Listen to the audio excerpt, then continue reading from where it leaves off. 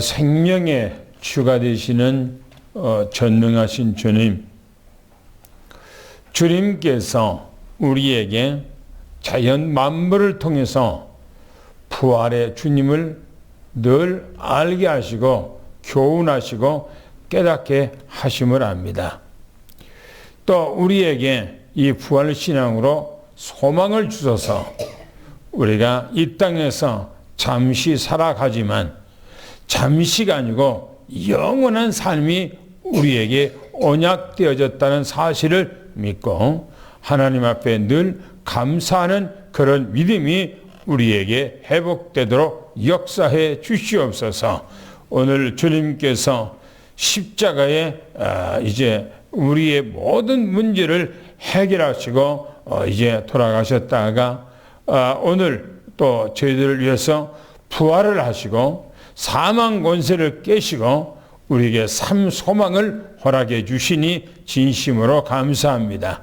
우리가 부활 신앙으로 완벽하게 회복되도록 성령께서 우리 안에 내주 인도 역사해 주시옵소서. 말씀을 우리가 들을 때에 또 이 말씀이 무슨 말씀인지를 바르게 알고 우리 영적으로, 우리 육적으로, 우리 환경적으로 완전히 부활의 주님 안에서 회복되는 응답의 역사가 일어나게 도와주옵소서. 예수 그리스도 이름으로 간절히 기도하옵나이다.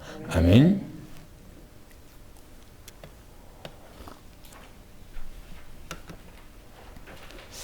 오늘은 부활주일입니다. 그런데 부활 그러면 뭘 생각합니까? 저는 아침에 그런 생각해 봤어요. 우리나라 기후가 만약에 여름만 있다면 어떻게 할까? 그러면 아마 그 벚꽃이나 또 이제 개나리꽃이나 또 진달래, 철쭉 이런 것들은 우리가 보지 못할 것 같아요. 왜냐면 이거는 추운 겨울에 지났다가 봄이면 이제 꽃이 피고 싹이 나거든요. 그런데 계속 여름처럼 그러면 이런 꽃들은 이제 피지 않고 이파리만 계속해서 무성하지 않겠는가 하는 생각을 갖게 되게 했어요. 그래서 이런 것들이 뭐냐면 부활을 얘기하여 우리나라는 사철이 이렇게 뚜렷하게 있기 때문에 겨울에는 혹독한 추위를 지나서 봄이 되면은 또 꽃이 피고 또 싹이 나고 그렇습니다. 그리고 가을 되면 이 모든 것들이 이파리들이 다 떨어져서 죽는 것처럼 됐다가 또 이제 순환을 해서 봄이 되면 다시 꽃이 피고 이파리 나지요. 이 모든 것들이 우리에게 자연의 어떤 이렇게 환경 속에서 보여주지만 이게 부활을 얘기를 하고 있어요. 부활을.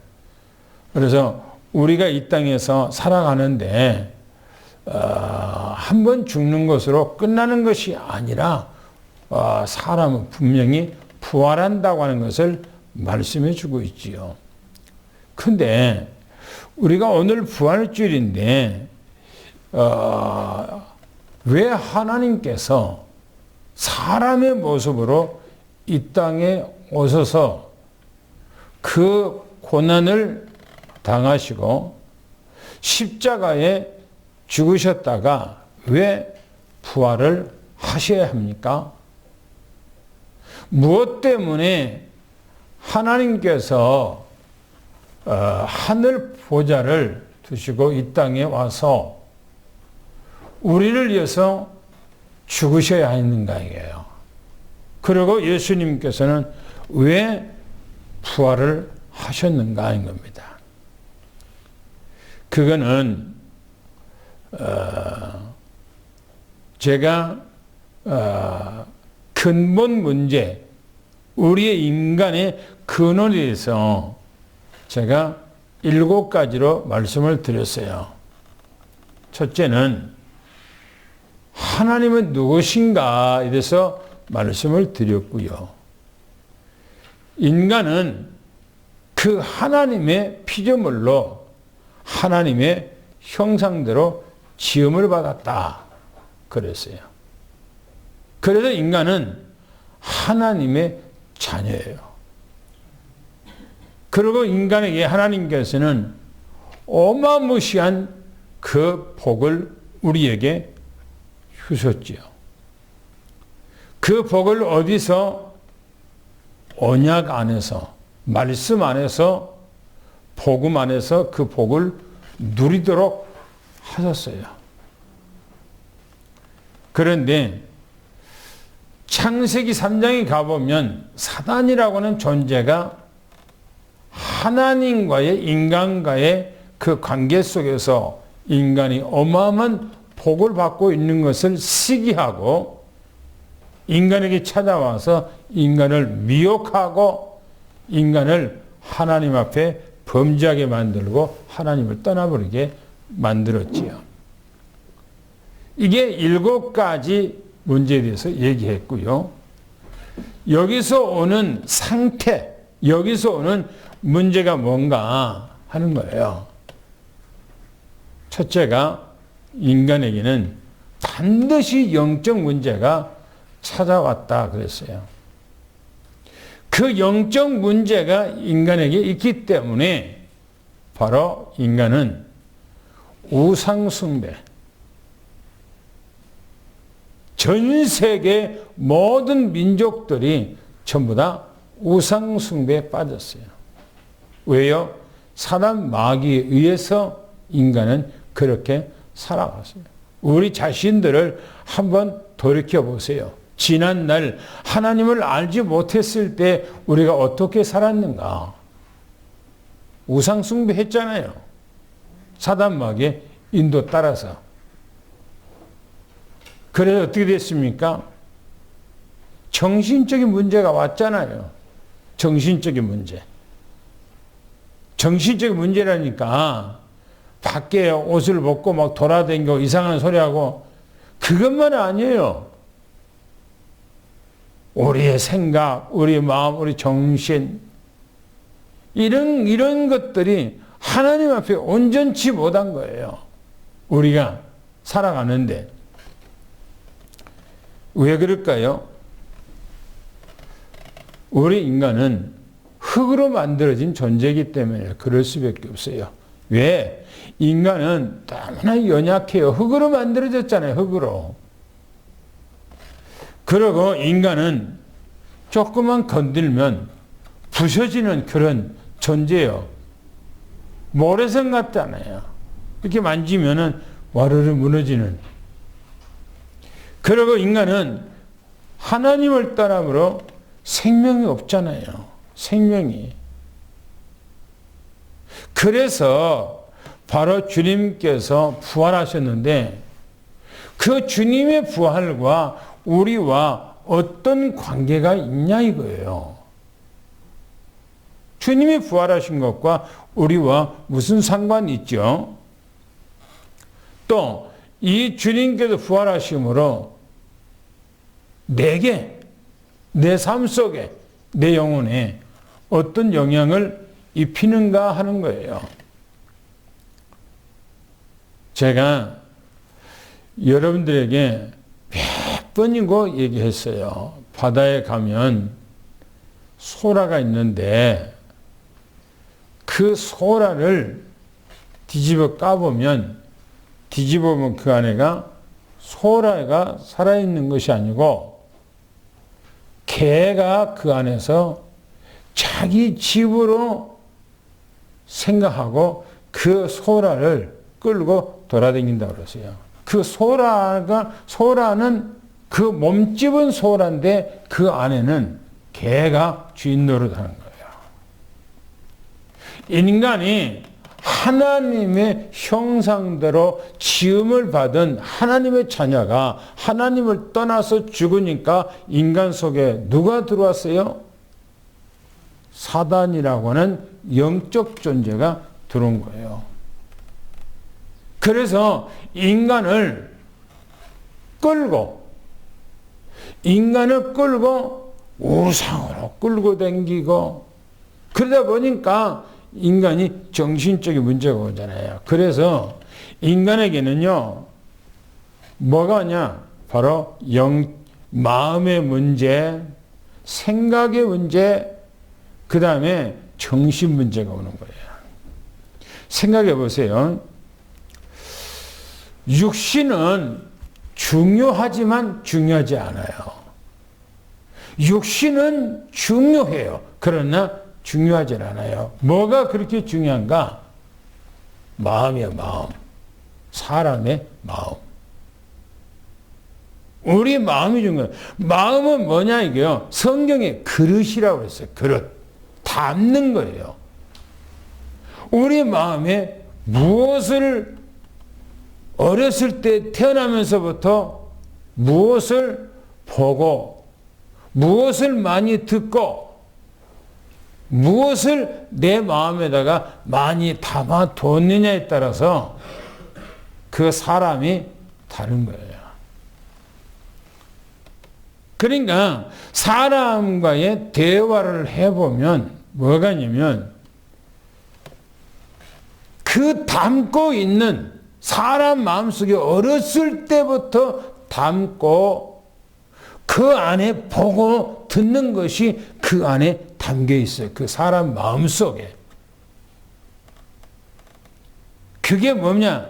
바로 생각으로 늘 생각을 하게 되세요.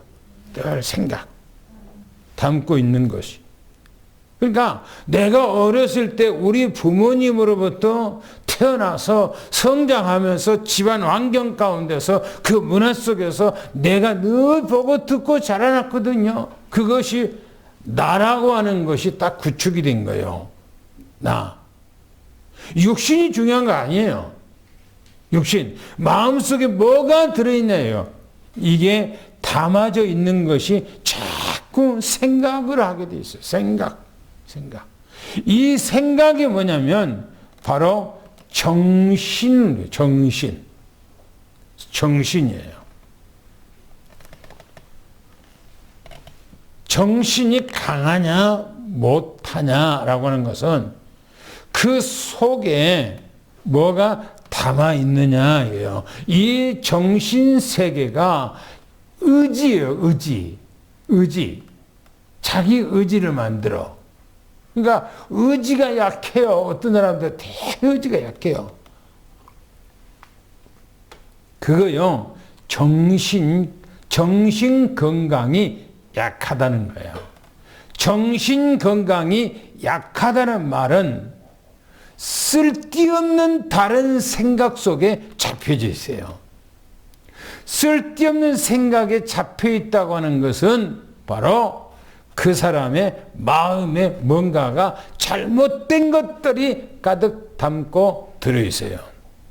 그게 아까 소라 안에 조그만 개가 들어서 소라를 끌고 다닌 것처럼 그 마음에 뭐가 담아 있느냐에 따라서 그 사람을 끌고 다니는 거예요. 그렇게.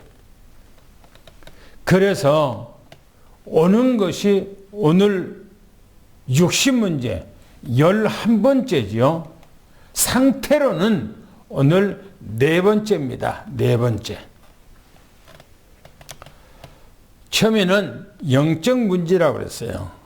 두 번째는 반드시 그 사람에게는 우상 숭배의 문제가 왔다고 그랬어요. 그래서 정신적인 문제가 왔다고 그랬어요. 그게 바로 이제 육신 문제가 온 거예요. 육신 병들었다 이 말이에요. 다음 주 얘기는 바로 내세 문제. 내세 문제. 그 다음 주에는 바로 후대 문제가 어떻게 후대 문제가 오는가에 대해서 말씀을 드릴 겁니다. 오늘은 육신 문제인데 예수님이 부활한 거하고 육신 이 문제하고 무슨 상관이 있습니까? 예수님께서 이 땅에 오셔서 부활한 것이 우리 육신 문제를 해결하기 위해서 부활했습니까? 육신 문제? 그러면 우리가 죽지 말아야 돼요. 영원히 죽지 말아야 돼요. 육신 문제를 위해서 오신 것이 아니에요. 우리 영적 문제를 해결해 주기 위해서 이 땅에 오신 거예요. 그래서 우리는 이 땅에 살아가는데 육신을 가지고 있기 때문에 이 육신을 우리가 건강하게 해야 된단 말이에요. 어떻게 할 것인가 하는 거예요. 보세요. 우리 육신, 하나님을 떠나버리는 인간은 어떤 육신의 문제가 오는가 하는 거예요. 첫째가 각종 질병과 고통 속에서 살아간다고 그렇게 성경에 기록하고 있어요. 오늘 본문 말씀에 사도 빌립 집사가 사마리아 성에 가서 복음을 전가하는데 그 사마리아 성의 사람들이 지금 이런 문제를 가지고 있다고 성경에 기록하고 있어요. 뭐죠? 불치병. 불치병이라는 것은 의사도 고칠 수가 없다라고 하는 것을 들어서 불치병이라 그렇게 말합니다. 의사가 못 고쳐요. 의사가 손도 댈 수가 없어. 불치병. 뿐만 아니라 난치병이었어. 난치병. 그 난치병은 버릇 따위가 고칠 수 있는 것이 아니에요. 병이 깊이 들어있어. 어느 날 갑자기 생긴 병이 아니라 오래됐어. 그 병이. 쉽게 말하면 그 혈루증 앓았던 여인이 10년이 넘도록 그 혈루증으로 고생했다고 그러잖아요. 그런 것처럼 난치병이에요. 또 뭐냐면은 유전병이 있어요. 유전병. 유전병이라는 것은 조상들로부터 내가 유전이 돼서 우리 어머니, 아버지가 가지고 있는 그 병이 내게 DNA를 통해서 염색체를 통해서 염기서열을 통해서 내가 그대로 부모님의 그것을 가지고 있는 거예요. 그래서 보세요. 사람이 자녀를 찾는데 무엇을 가지고 자녀를 찾습니까? 생김새를 가지고 찾는 거 아니잖아요. 그 사람의 DNA, 또 이제 염색체, 또 염기서열, 이런 것들 가지고 그 부모하고 일치하냐 안 하냐 따라서 찾아내잖아요. 부모하고 다른 거 부모가 다른 거예요.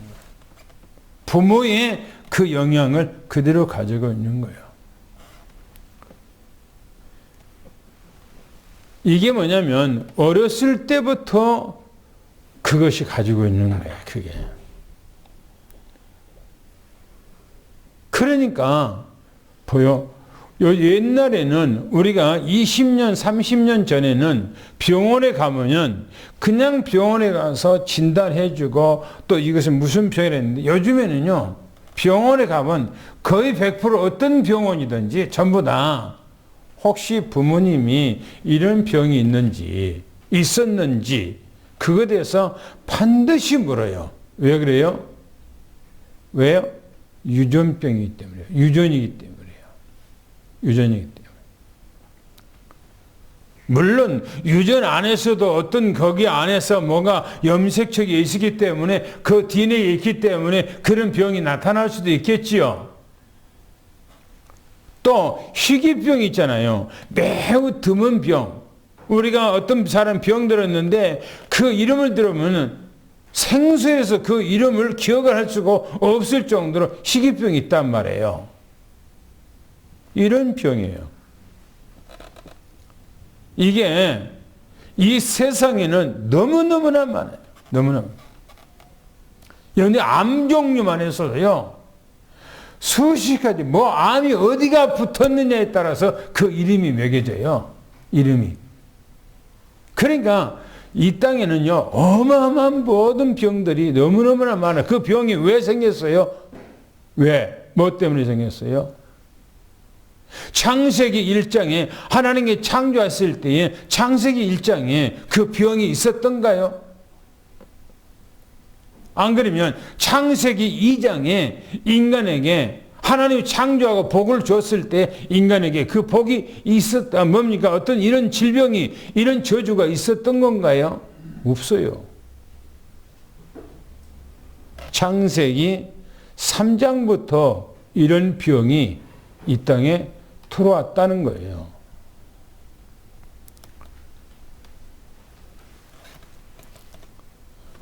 제가 수요일 날 얘기했죠.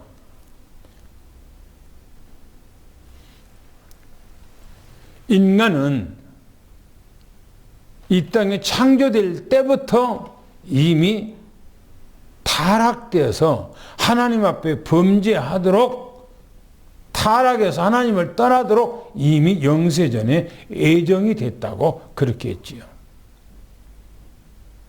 그래서 인간은 이 땅에서 병들어서 죽도록 그렇게 돼 있어요.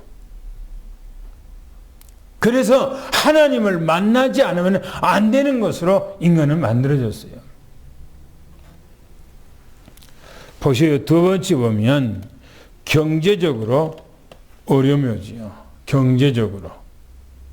마가복음 5장 25절 26절에 그렇게 말하죠.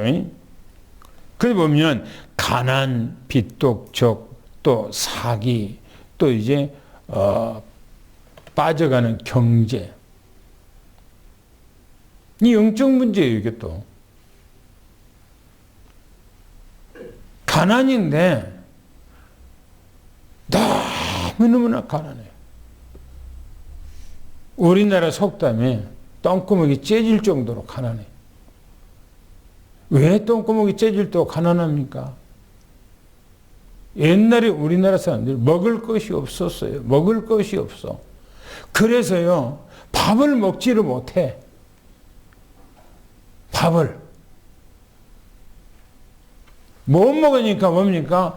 거기다가 조그만 뭔가 밀가루나 아니면 거기다가 쌀짜막 보리 같은 거 조금 집어넣고요. 거기다가 풀을 집어넣는다든지 거기다가 나무 껍질, 우리 어릴 때 보면은 산에 가면 나무 껍질을 벗기면은 그 안에 하얀 거 있잖아요. 그걸 옛날에 막 먹었잖아요. 그러니까 옛날에 우리가 나는 그런 시대는 안 살아봤습니다만은 우리 이때 어른들 너무나 가난해갖고 나무 껍질을, 소나무 껍질을 벗기면 안에가 하얗게 있거든요. 그러고 소나무 온 나무에 붙어 있는 껍질을 벗기면 그 안에 보면 뭐 이렇게 벗기면 허영이 나와요. 그거 갖고 때로는 밥도 해 먹었다는 거예요. 그러면 그것이 사람 몸속에 들어가면은 소화가 돼갖고 변이 안 나온대, 안 나와.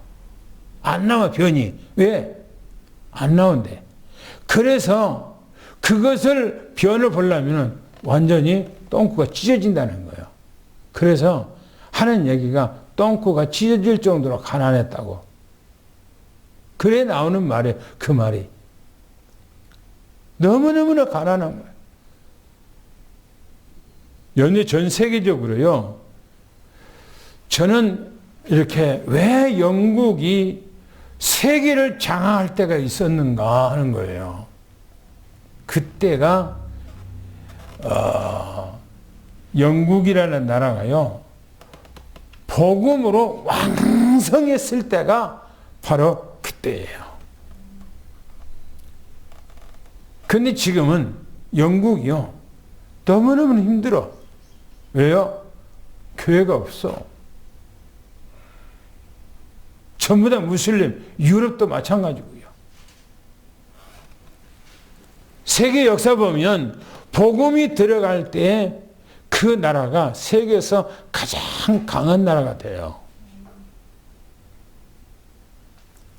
세 번째 보세요. 뭡니까? 아니 어떤 부분은 두 번째 부분은 가난인데 어떤 거는 피떡촉, 사업 실패, 또 이제 보증 잘못 써서 뭐 폐가 망신해서 많잖아요. 또 그뿐입니까? 사기를 당하고 어떤 사람들은 그 알거지가 돼버린 사람들이 많잖아요. 또 우한으로 여러 가지 문제가 터져서 돈이 자꾸 빠져나가 버리고 집에 돈이 모아지질 않고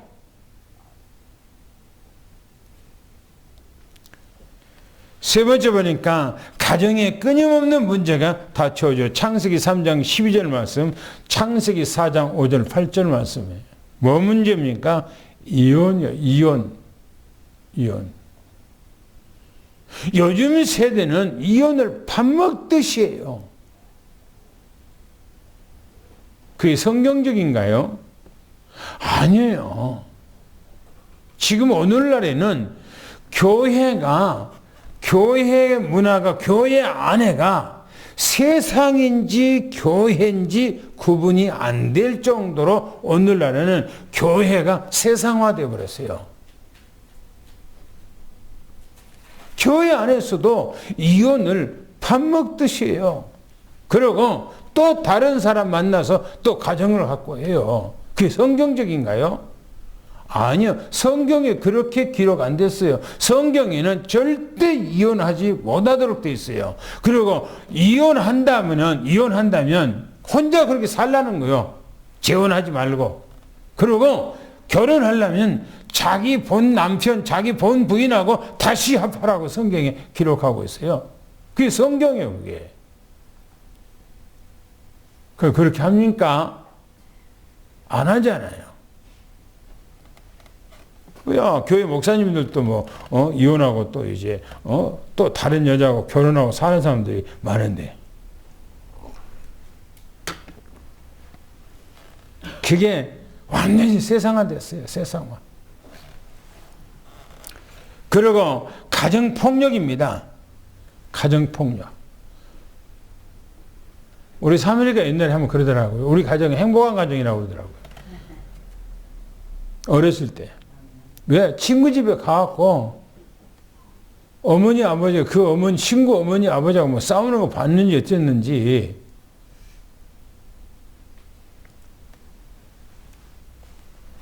연히 하나님께서 사람 만들 때 폭력하고 때리고 가정 안에서 막 그렇게 하고 살라고 창조했습니까? 가정을 만들어줬습니까? 그렇지 않아요.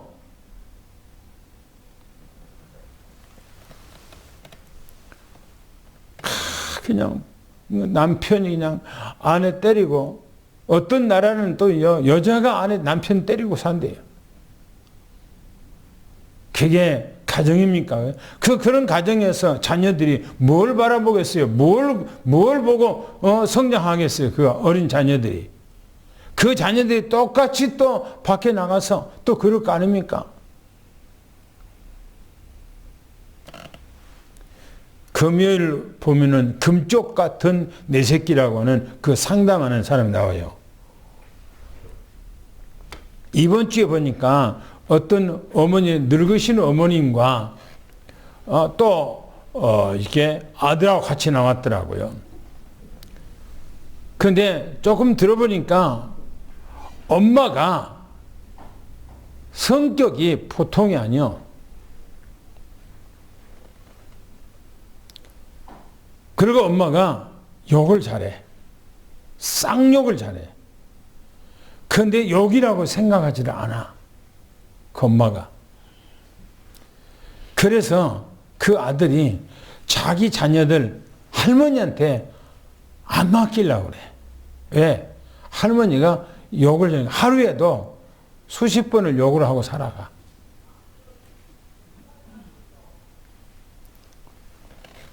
생각해 보세요. 가정에서 폭력을 하고 살아간다. 때리고 치고받고 산다. 그런 가정이 어떻게 살겠어요? 그 가정에서. 불안해서. 연애 자녀들이 집을 나가서 이상한 행동을 하잖아요. 그걸들을 비행 청소년이라고 그러잖아요.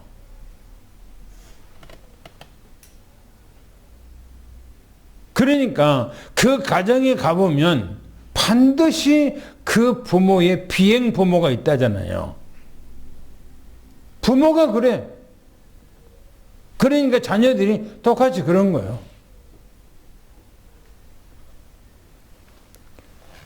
또 가정의 대화 단절, 어떤 문제로 마음을 닫았는지 아예 가정에서 말을 안 하고 살아.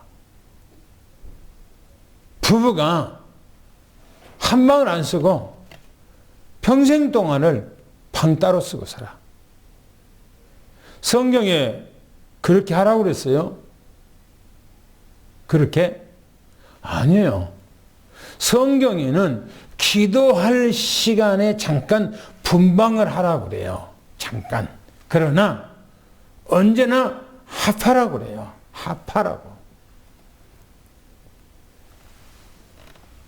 그게 중요하지. 자녀들이 봤을 때 부모가 한방에서 이렇게 생활한 것을 늘 보고 자라나서도 저게도 지네들도 그렇게 나중에 결혼해서 그렇게 한방에 생활할 거 아니겠어요? 그런데 부모가 분방해요. 마누라는 큰 방에 살고 남편은 쪽방에 살고 그러면서 절대 한 집에서 한마디 말을 안 하고 살아가는 거예요. 밥을 따로따로 먹고. 그게 가정인가요? 그게 집인가요? 누가 그렇게 만들었어요? 예수님께서 십자가에 못 박고 돌아가신 것은 무슨 의미입니까? 예수님께서 왜 부활하셨습니까? 예수님이 십자가에 못 박고 돌아가신 십자가는 무슨 상징이죠? 무슨 상징이에요? 하나님과 인간과의 관계가 화목하는 거예요. 그죠? 십자가 그래요. 하나님과 인간과의 화목이에요. 화목. 그 다음에 옆으로는 뭐죠? 이웃과 화목이에요. 이웃과 화목이요. 그 이웃과 화목이라는 것은 나 외에 다른 식구들과 자녀들과 부인과 남편과 또 모든 형제들과 같이 화목하는 거예요.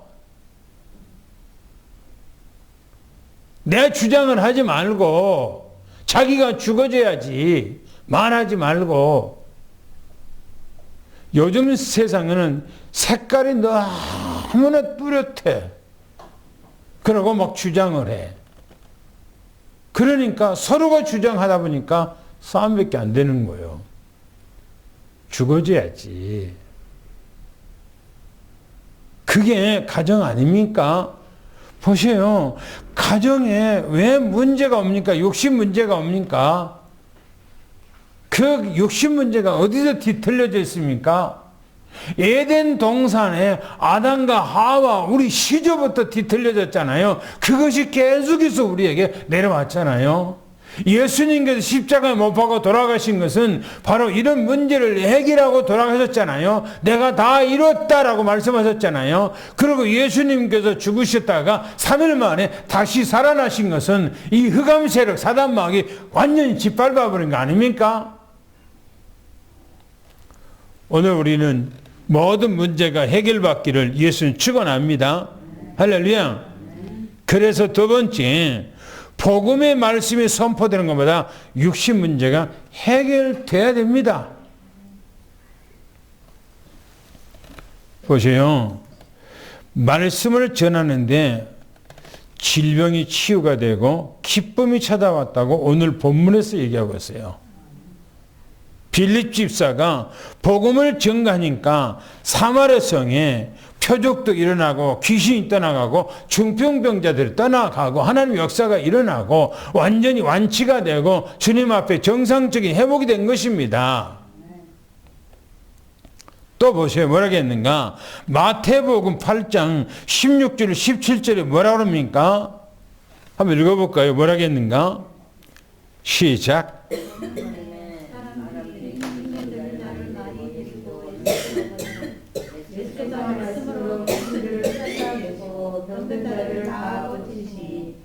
하나님은 선지자 이사야를 통하여 하신 말씀에 우리의 연약한 것을 친히 담당하시고 병을 짊어지셨도다 함을 이루려 하심이더라. 그렇죠. 이사야서 53장 말씀이 이루어졌다라고 말씀해요. 오늘 우리는 복음이 가정에서 선포되기를 축원합니다. 가정에서 날마다 예수는 그리스도라고 증거되기를 축원합니다. 창세기 1장 2절 3절을 한번 읽어보겠습니다. 시작. 땅이 혼돈하고 공허하며 흑암이 깊음 위에 있고 하나님의 영은 수면 위에 운행하시니라. 하나님이 빛이 있으라 하시니 빛이 있었고. 그렇죠.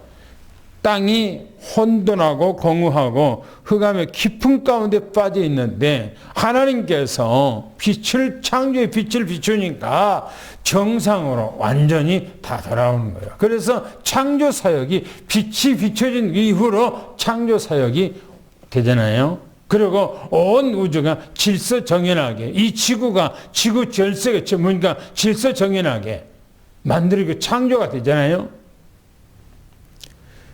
성경이 말합니다. 또 히브리서 4장 12절 말씀을 읽어보겠습니다. 시작. 하나님의 말씀은 살아있고 활력이 있어 좌우에 날 수 어떤 것보다도 예리하여 혼과 영과 및 관절과 골수를 찔러 쪼개기까지 하는. 하나님의 말씀은 살아있어요. 할렐루야. 하나님의 말씀은 복음은 살아있다는 사실을 믿기 축원합니다. 활력이 있다는 하잖아요. 힘이 있대요. 좌우의 날씨는 어떤 것보다 예리하대요. 그 영과 관절과 골수와 오늘니까 찔러 째기까지 한다잖아요. 그리고 우리 마음과 생각을 다 판단하신다잖아요. 그래서 우리는 말씀 안에서 완전히 변화되기를 위해서 축원합니다. 성경이 또 말합니다. 마가복음 4장 15절 또 19절을 보겠습니다. 두 절 시작. 말씀이 길가에 뿌려졌다는 것은 이들을 가리키니 곧 말씀을 들었을 때에 사단이 쫓겨와서 그들에게 뿌려진 말씀을 빼앗는 것이요 세상의 염려와 재물의 유혹과 기타 욕심이 들어와 말씀을 막아 결실하지 못하게 되는 자요. 그렇죠. 사단 마귀는요, 할 수만 있다면은 말씀을 듣지 못하도록 만들어. 귀가 딱 가려버리게 만들어. 그리고 마음의 문을 딱 닫아버리게 만들어. 그리고 생각을 다른 데로 다 빼들어가. 메시지를 듣는데 귀가 닫게 만들고 마음을 닫게 만들고 생각을 다른 데로 빼들어가. 그게 뭐냐면은 사단 마귀가 그렇게 방해한 거예요. 그러면 내가 지금 그렇게 살아가고 있고 그런 시간을 갖는다면 나는 사단 마귀에게 지금 놀아나고 있는 거예요. 하나님의 자녀가 말씀을 들어야 되는데 사단 마귀에게 잡혀 있는 거예요. 오늘 우리는 예수 이름으로 흑암 세력 깨버리고 완전히 부활하신 주님 안에 완전히 새롭게 거듭나기를 예수 축원합니다. 성경의 요한 3서 2절을 한번 읽어보겠습니다. 뭐라겠는가요? 시작. 영혼이 잘 되면 영혼이 잘 풀리면 영혼이 잘 풀리면 범사가 잘 되고 육신은 강건해집니다. 그렇죠. 내 영혼이 잘된 같이 범사가 잘 되고 강건하기를 강구한다고 말씀이거든요. 그런데 영혼이 잘 된다는 건 말은 무슨 말입니까? 영적 문제가 먼저 해결돼야 돼요. 하나님과의 관계가 먼저 해결돼야 돼요. 할렐루야. 이게 우선이에요. 그러면 뭐랍니까? 범사 모든 일들이 주님 안에서 해결된다는 거예요. 해결된다. 그리고 육신이 모든 것이 강건하고 건강해지고 잘 된다 이렇게 말하고 있어요. 옛날에 내가 봉천동에서 신앙생활하고 청년 시절이에요. 그 남편이 껄렁껄렁한 봉천동의 뒷골목에서 그렇게 살아간 사람이에요. 근데 부인을 신앙생활 잘하는 그 부인을 만났어. 그래서 신앙생활을 얼마나 잘했는지 몰라요. 근데 그 당시에 그 분이 강남에서 뭐 하고 있냐면은 부동산 하고 있었어요. 그래서 손님이 오면은 그 분들이 늘 성경 가지고 기도하고 생활하는 사람이요. 그래서 그 남편이 손님 오면 부인한테 전화 걸어. 손님 왔는데 기도 좀 많이 좀 해주라. 그러면 기도하고 나면 그 부동산이 이제 그분은 계약을 쓰게 되는 거예요. 돈 잘 벌었어요. 그래서 그 당시 우리 교회에 무슨 손님이 찾아온다, 뭐 교회 행사한다면 그분이 딱 돈을 내서 그분이 다 해결해버려요. 자기 돈으로 자기가 딱 해결해버려요. 자기 돈으로. 그 정도 돈을 잘 벌었어, 그 양반들이. 나중에는 내가 신학을 공부한 이후에 그분들도 눈을 보니까 신학을 공부하고 있더라고요. 뭐냐면 하나님과의 관계 중요합니다. 하나님과의 관계가 잘 회복이 돼야 돼요. 그러면 범사예요, 범사. 내 주변 범사가 잘 되고, 그 다음에 강건하다고 그랬어요. 건강한 거예요. 모든 삶이 건강해진 거예요. 그게 성경에서 말하고 있는 거예요. 이걸 들어서 조용기 목사님은 삼박자 축복이라고 그렇게 말하고요. 삼박자 축복. 영적 축복, 그 다음에 범사의 축복, 건강의 축복, 이 세 가지로 그렇게 말을 했지요. 오늘 우리는 나의 육신 문제는 예수 그리스도 안에 완벽하게 들어와서 하나님과 관계가 완벽하게 회복된다면 문제는 문제가 되지 않습니다. 세 번째 보면 그리스도를 어떻게 내게 각인 뿌리 찾으라 하는가 이게요. 어떻게 이 복음을, 이 그리스도를 내게 각인하고 뿌리 내리게 하고 체질화시킬 수가 있냐 이거예요. 영적 문제가 해결되면 다 해결되기 때문에 내가 그것을 각인하고 뿌리고 체질해야 될 거 아니겠어요? 성경에 그걸 들어서 말하고 뭐라고 하느냐? 말씀을 마음에다가 담아야 돼요. 담아야 돼요. 성경이 말합니다. 요한복음 15장 7절 말씀을 한번 읽어볼까요? 뭐라겠는가? 시작. 너희가 내 안에 거하고 내 말이 너희 안에 거하면 무엇이든지 원하는 대로 구하라. 그리하면 이루리라. 그렇죠. 어떻게 하라고요? 말씀이 어떻게 하라고요? 내 안에 거하도록 해야 된다. 그 말씀은 내 하나님의 말씀이 내게 언약이 되어서 내 마음에 완전히 딱 구축이 되도록 각인 뿌리 체질화 되어줄 수 있도록 내 안에 담으라는 거예요. 말씀을 담으라는 거예요. 아까 제가 서두에 얘기했어요.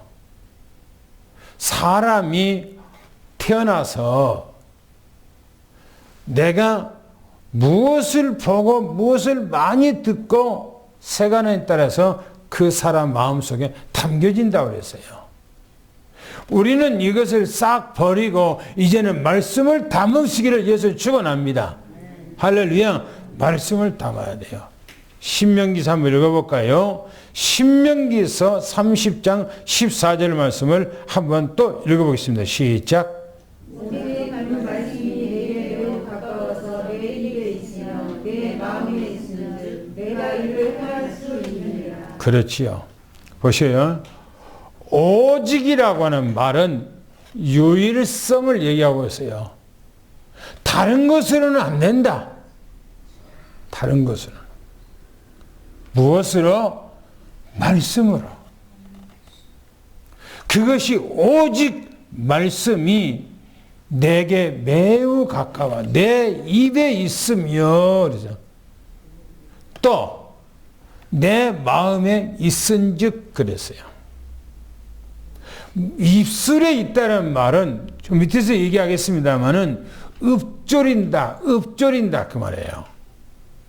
내 입술로 늘 고백하는 거예요. 내가 입술로 고백한다고 하는 말은 무슨 말입니까? 고백하는 거예요. 우리 교회 옆에 골통품 가게 만들어졌잖아요. 골통품 가게. 그 주인이 교회를 다녀. 그래서 내가 그분에게 이따가 뭐 가서 문을 닫아놔요. 늘. 그래서 가게를 하는지 안 하는지 그냥 그래서 내가 가게 문을 샷다를 없더라도 샷다 문을 활짝 열어놓고 그 안에다가 불을 켜놓고 지나간 사람들이 보고 아 여기 이런 거 있구나라고 하도록 그렇게 해라. 사람들이 지나가다가 돌멩이 때려서 유리창 깰까 봐 그래. 그렇게 요즘 세상이 그래요? 우리나라가? 아니에요. 그래서 내가 가서 예수는 그리스도니까 그리스도가 무슨 뜻이에요? 그래요. 그래서 그리스도라고 하는 말은 성경에서 핵심이다. 그게 포인트다. 그게 팩트다. 그렇게 얘기하면서 왜 구약 신약 성경 전체에 그 얘기를 하고 있는가 설명을 해줬어요. 그러면서 아침에 일어날 때도 예수 그리스도, 돌아다닐 때도 항시 예수는 그리스도, 자기 전에도 예수는 그리스도로 입술로 고백해라. 그렇게 얘기를 했어요. 그러면서 다음에 만나면 내가 언제나 예수는 그리스도 얘기할 거예요. 그런 얘기했어요. 중요하잖아요. 읊조린다고 하는 거예요.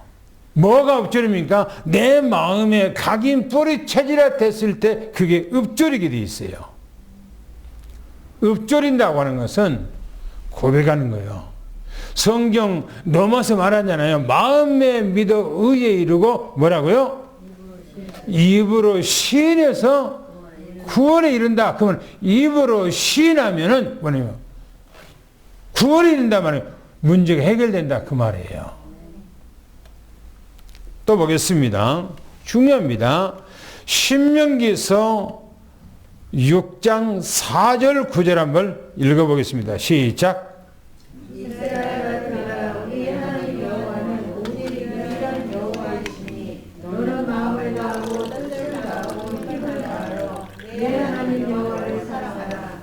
오늘 내가 내게 명하는 이 말씀을 너는 마음에 새기고 내 자녀에게 무던히 가르치며 집에 앉았을 때든지 길을 갈 때든지 누워 있을 때든지 일어날 때든지 이 말씀을 강론할 것이며 너는 또 그것을 내 손목에 내어 뼈를 삼으며 내 미간에 붙여 뼈를 삼고 내 집 문드러지와 막강문에 기록할지니라. 이거는 두 가지로 이렇게 딱 정리해졌어요. 말씀이 뭐냐면 먼저는 네가 하나님의 말씀을 각인 뿌리 체질화해라 그 말이고요. 두 번째는 네 자녀들에게, 네 후손들에게 또 각인 뿌리 체질화되도록 해라 그 말이에요. 왜 그렇습니까? 그게 안 되면은 우리 삶이 망가지기 때문에 그래요. 안 되면은 안 돼. 그래서 보세요. 이스라엘아 들으라 그 말은 하나님의 백성들아 들으라 그 말이에요. 오늘 우리에게 너희가 들으라 그 말 아닙니까? 그러면서 우리 하나님 여호와는 오직 유일성이죠. 유일한 여호와시니 너는 마음을 다하고 뜻을 다하고 힘을 다하여 네 하나님 여호와를 사랑하라. 그러면서 오늘날 내가 내게 명하는 이 말씀을 내 마음에 새기고 그랬어요. 여기까지가 뭐냐? 너가 이렇게 먼저 하라는 거예요. 그래서 유대인들은요, 이 말씀을 가지고요, 얼마나 부모들이 자기가 말씀 안에 들어가서 말씀으로 각인내려고 얼마나 예를 쓴지 몰라요. 제가 지난번에 얘기했잖아요. 이스라엘 백성들은 결혼 딱 하면 1년, 2년 동안은 아무것도 안 하고 남편들은 뭐냐? 회당에 가서 말씀을 가르침을 받아요. 그리고 경제적으로 어려움없다, 어렵다 그러면 유대 사회, 자기 사회에서 도와줘. 그 사람을 가정생활을 도와줘. 그리고 2년 동안 이제 교육이 끝났으면 그때 이제 직장생활도 하고 사업도 하고 그래요. 먼저 뭐 하는 거예요? 먼저 뭐 하라는 거예요? 하나님의 말씀 안에서 나를 각인 뿌리채려서 영적으로 하나님과 관계가 완전히 회복되도록 먼저 하라는 거예요. 보세요. 본문에 내 자녀에게, 여기서부터 자녀예요. 내 자녀에게 부지런히 가르치며 집에 앉았을 때든지 길에 갱을 갈 때든지 누웠을 때든지 일어날 때든지 이 말씀을 강론하래요. 늘 가르치래 자녀들에게. 그리고 너는 또 이것들을 내 손목에 매어서 기호를 삼으며 내 미간에 붙여서 표를 삼고 내 집 문설주와 바깥문에 기록할지니라. 들어가도 나가고 말씀으로 나 살라는 거예요. 왜 그렇습니까? 말씀은 하나님이에요. 이 말씀은 살았어요. 할렐루야. 그래서 이 말씀대로 우리가 살라는 거예요. 그렇게 되기를 축원합니다. 두 번째 보세요. 이 말씀을 언약으로 잡고 기도 속으로 들어가야 돼요. 딱 말씀을 가지고 기도 속으로 들어가기를 축원합니다. 시편 보세요. 119편 97절 148절 두 구절입니다. 한번 읽어보겠습니다. 시작. 내가 주의 법을 억지히 사랑할지요 내가 그것을 정리하라 작을수록 적으리라니라 주의 말씀은 저녁이 육주리로 내가 새벽녘에 흘러나이다. 아, 기가 막히네. 누가 그렇게 했다고요? 다윗이 그랬어. 다윗이 누굽니까? 이스라엘에서 역대 왕 중에서 가장 훌륭한 왕입니다. 그러면 왕이면 자기 권세와 힘 있고 능력 있고 모든 것이 다 자기 거요. 그런데 뭐가 부족해서 그럽니까? 다윗은 하나님 말씀 아니면 자기 존재가 아무 가치가 없다는 것을 알고 그렇게 한 거예요. 보셔요. 뭐라겠는가? 내가 주의 법을 어찌 그리 사랑하는지요. 그 말은 하나님의 말씀을 어찌 그리 사랑하는지요. 말씀을 사랑하기를 축원합니다. 성경 말씀을 사랑해야 돼요. 그리고 내가 그것을 종일 작은 소리로 읊조리. 종일 혼자 어디서 뭘 할 때도 혼자 사람들이 봤을 때 저 사람 혼자 뭐 이렇게 시부렁거려. 시부렁거리는 것이 아니고 하나님의 말씀 혼자 읊조리고 있는 거예요. 계속 애우고 있는 거예요. 그 말씀으로 고백하고 있는 거예요. 그 보세요. 주의 말씀을 조용히 읊조리려고 내가 새벽에 눈을 떴다 이게요. 새벽에. 여러분들이 새벽이 얼마나 중요한 시간인 줄 아닙니까? 여러분들이 성경에 보면은 하늘에서 만나가 언제 내려요? 성경에 새벽에 내려요. 새벽에.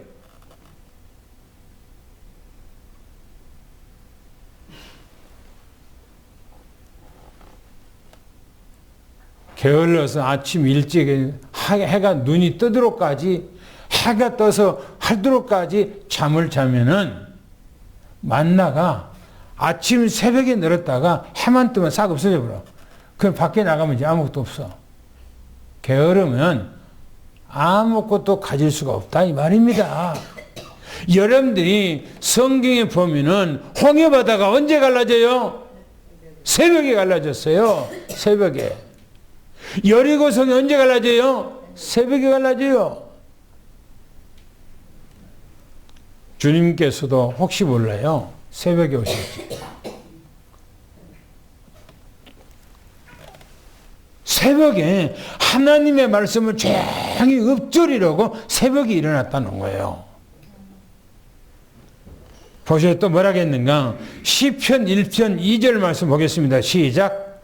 오직 여호와의 율법을 즐거워하여 그의 율법을 주야로 묵상하라. 그렇죠.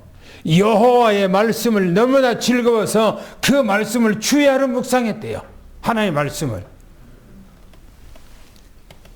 성경의 마태복음 4장 1절부터 11절 보니까 사단 마귀가 감히 예수님을 시험하라고 찾아옵니다. 성경에 예수님은 둘째 아담이라고 그랬어요. 첫째 아담은 에덴 동산에서 무너뜨렸죠. 그리고 둘째 아담인 예수님 앞에 찾아와서 에덴 동산에 아담을 무너뜨린 것처럼 똑같이 무너뜨리려고 찾아왔어요. 예수님께서 이 사단 마귀를 뭘로 물리쳐요? 말씀으로. 할렐루야. 말씀으로. 오늘 여러분들의 말씀이 여러분들에게 되기를 예수님 축원합니다. 마지막 보면은 24시 우리는 늘 말씀과 함께하는 생활을 해야 됩니다. 시편 55편 17절 보겠습니다. 시작. 저녁과 아침과 저녁에 내가 근심하며 탄식하리니 여호와께서 내 소리를 들으시리로다. 다윗이 정시기도 했다는 거예요. 정시기도. 뭐라고 그럽니까? 저녁과 아침과 정오에 내가 근심하여 탄식하리니 주님께서 들으시리라. 정시기도 있다는 거예요. 정시기도는 24시 깨어 있지 않으면 못해요. 깨어 있지 않으면. 그래서 여러분들이 24시 깨어 있을도록 여러분이 기도하기를 예수님 축원합니다. 다니엘서 6장 10절 말씀 또 읽어보겠습니다. 시작. 다니엘이 이 조서에 왕의 도장이 찍힌 것을 알고도 자기 집에 돌아가서는 윗방에 올라가 예루살렘으로 향한 창문을 열고 전에 하던 대로 하루 3번씩 무릎을 꿇고 기도하며 그의 하나님께 감사하였다. 다니엘이가 포로로 바벨론을 끌려갔지요. 그래서 다니엘은 총리가 됐는데 다니엘 주변에는 전부 다 다니엘의 적들이에요. 어떻게 하면 다니엘을 죽일까? 어떻게 하면 다니엘을 무너뜨릴까? 하는 사람들이에요. 그런데 다니엘이가 하루에 3번씩 자기 그 직무실에서 자기 집을 향해서 매일 저녁에 3번씩 가서 자기 집에 골방에 들어가 창문을 열어놓고, 어디 창문을? 예루살렘 쪽으로 향해서 창문을 열어놓고 매일처럼 하루에 3번씩 기도했다 그랬어요. 대단하죠. 여러분들, 우리는 늘 기도 속에서 뭘 가지고? 말씀 가지고 하나님과 함께하는 그런 시간을 가지기를 축원합니다. 성경 마지막 보겠습니다. 사도행전 3장 1절 말씀 시작. 제9시 시간에 베드로와 요한이 성전에 올라갔어요. 그렇죠. 베드로와 요한이 제9시 기도 시간이라는 말은 정시 기도 시간에 어디 올라갔다고요? 하나님의 성전에 갔다는 거예요. 여러분들이 이 성전을 사모하기를 축원합니다. 그리고 늘 교회에 와서 기도하는 시간을 갖기를 축원합니다. 말씀을 늘 읽기를 축원합니다. 할렐루야. 그 시간이 얼마나 중요한 시간인 줄 아닙니까? 하나님께서 여러분들 다 보고 계셔요. 오늘 부활주일날 예수님의 부활하심으로 여러분들의 육신 문제가 다 해결된 것을 예수는 축원합니다. 하나님 아버지 감사합니다. 우리는 힘이나 연약하고 우둔하고 미련하기에 우리 하나님께서 우리를 붙들어 주지 아니하시면은 우리는 잠시도 주님을 바라볼 수가 없습니다. 성령으로 내주하시고 인도하셔서 나와 함께 하신 주님 앞에 간절히 의탁하고 주님 앞에 간청하며 주님 앞에 구하오니 오늘 24시 하나님의 말씀이 내 안에 살아 운동하고 주님과 함께하는 이런 축복의 시간이 되게 도와주셔서 가정이나 사업이나 직장이나 모든 현장에서 예수 이름으로 승리하고 부활의 주님과 영원히 함께하는 놀라운 축복이 임하게 도와주시옵소서. 우리 주 예수 그리스도 이름으로 간절히 기도하며 축복하옵나이다. 아멘.